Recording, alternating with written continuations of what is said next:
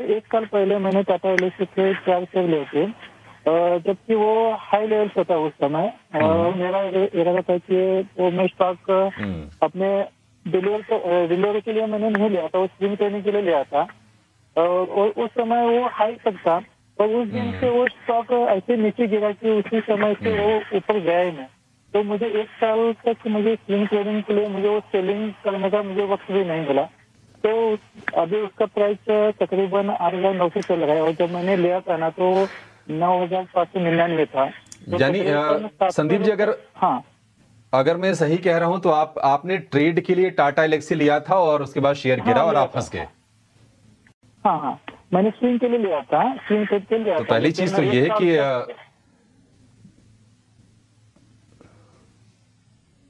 हाँ, तो इसमें पहली चीज ये होती है कि अगर आप कोई ट्रेड के लिए अगर आप कोई शेयर ले रहे हैं ना, तो ट्रेड को लेकर जो अनुशासन वाली जो चीजें होती है उसको फॉलो जरूर करना चाहिए।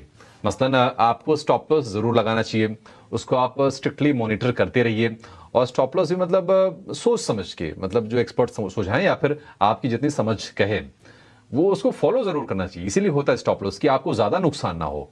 अब देखिए 1 साल से फंसे हुए हैं, हालांकि 4 शेयर ही हैं, लेकिन इसमें गौरांग सर साल भर तो हो गए, ये निवेशक नहीं थे, इन्होंने ट्रेड के लिए लिया था लेकिन निवेशक बन गए इन बदले हुई परिस्थितियों में। आपकी सलाह क्या होगी टाटा एल्क्सी?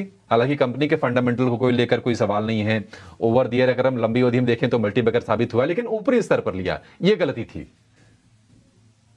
नहीं, गलती वो नहीं है कि ऊपरी स्तर पे लिया अभिषेक, गलती ये है कि आपने अनुशासन नहीं रखा, डिसिप्लिन नहीं रखा। और संदीप शिंदे जी को मैं एक बात स्पष्ट रूप से बताना चाहूंगा कि पहले तो शेयर बाजार में अगर आप निवेश करते हैं लंबी अवधि के लिए तो सभी जोखिमों के अधीन है शेयर बाजार।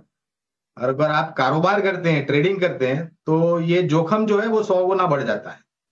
तो मुझे नहीं पता संदीप जी आपका अनुभव कितना है शेयर बाजार में, लेकिन अनुभव से अनुभवी कारोबारी भी मात खा जाता है शेयर बाजार में।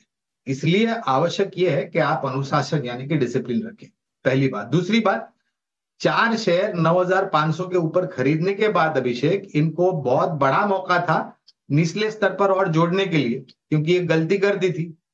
लेकिन कंपनी अच्छी है, ये इनका मेरे ख्याल से सौभाग्य है।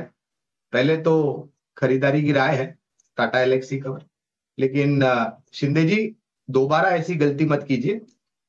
आप अनुशासन रख के काम कीजिए। अगर आप अनुभव नहीं है तो कारोबार यानी कि ट्रेडिंग मत कीजिए आप, क्योंकि वहां पर बहुत आवश्यक है कि आपका अनुभव कितना है शेयर बाजार में। अगर वो सब नहीं है तो ट्रेडिंग मत कीजिए।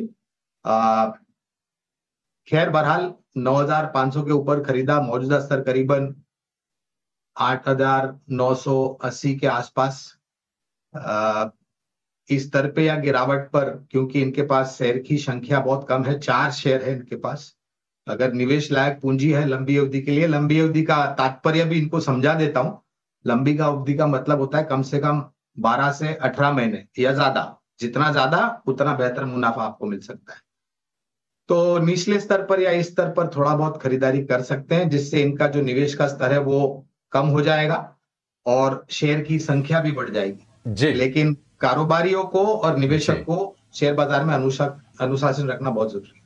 अगर आप चैनल पर पहली बार आ रहे हैं तो जरूर चैनल को सब्सक्राइब करके बेल आइकन प्रेस कर लो, ताकि आने वाली जितनी भी अपडेट्स हैं सभी कंपनी से रिलेटेड उसका नोटिफिकेशन आपको सबसे पहले मिल सके।